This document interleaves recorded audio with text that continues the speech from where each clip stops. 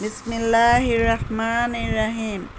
পৰম কৰুণাময় পৰম দয়ালু আল্লাহ তাআলা নামত আৰম্ভ কৰোঁ। আজি মই নামাজৰ অৰ্থত কালি আছাৰ নামাজ শেষ হ'ল, তাৰমানে 17 ৰাকাত, মানে 5 ওয়াক্ত নামাজৰ গোটেইখিনি মই আপোনালোকক শিকালোঁ কেনেকৈ পঢ়িব লাগে। আৰু এতিয়া মানে ৰাতিৰ মানে তাহাজ্জুদ 12টাৰ পিছৰ পৰা ফজৰৰ আগলৈকে যিখিনি টাইম, তেতিয়া মানে তাহাজ্জুদ নামাজ পঢ়ে। সেইটো নামাজক তাহাজ্জুদ নামাজ বুলি কোৱা হয়। এই নামাজটো বহুত ফজিলত।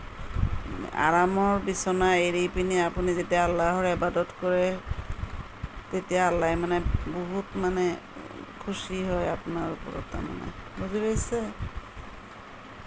এই নামাজটো নিয়মটো 4 ৰাকাতো পঢ়া যায়, 12 ৰাকাতো পঢ়া যায়, এনেকৈ তাৰমানে 4 ৰাকাতটো 12 ৰাকাতটো বহুত দীঘলীয়া হৈ যাব। 4 ৰাকাতটোৱে আপোনালোকে পঢ়িব। 4 ৰাকাতৰ নিয়তটো এনেকৈ ক'ব, নাইতু আন উছাল্লিয়া লিল্লাহি তাআলা আৰবা ৰাকাতাই সালাতিত তাহাজ্জুদে সুন্নাতু ৰাসূলুল্লাহ তাআলা মুতাওয়াজ্জিহান ইলা জিহাতিল কাবাতি শৰীফাতে আল্লাহু আকবাৰ। এনেকৈ ক'ব যে মই 4 ৰাকাত তাহাজ্জুদ নামাজ পঢ়িবৰ কাৰণে কাবা শৰীফৰ ফালে মুখ কৰিলোঁ। এনেকৈ কৈ পিনি আপুনি সূৰা ফাতিহা প্ৰথমতে পঢ়ি 3বাৰ কুলহু মানে সূৰা ইখলাছটো পঢ়িব, কুলহু আল্লাহু আহাদ, এনেকৈ 1 ৰাকাতো 3বাৰকৈ পঢ়ি 4 ৰাকাততে আপুনি 3বাৰকৈ সূৰা ইখলাছ পঢ়িব লাগিব। তাৰপিছত আপুনি বহি আত্তাহিয়াতো পঢ়ি বাকীখিনি একে দৰুদে ইব্ৰাহিমী পঢ়ি তাৰপিছত দুআ মাচুৰা পঢ়ি চালাম ফিৰালে আপোনাৰ তাহাজ্জুদ নামাজ পঢ়া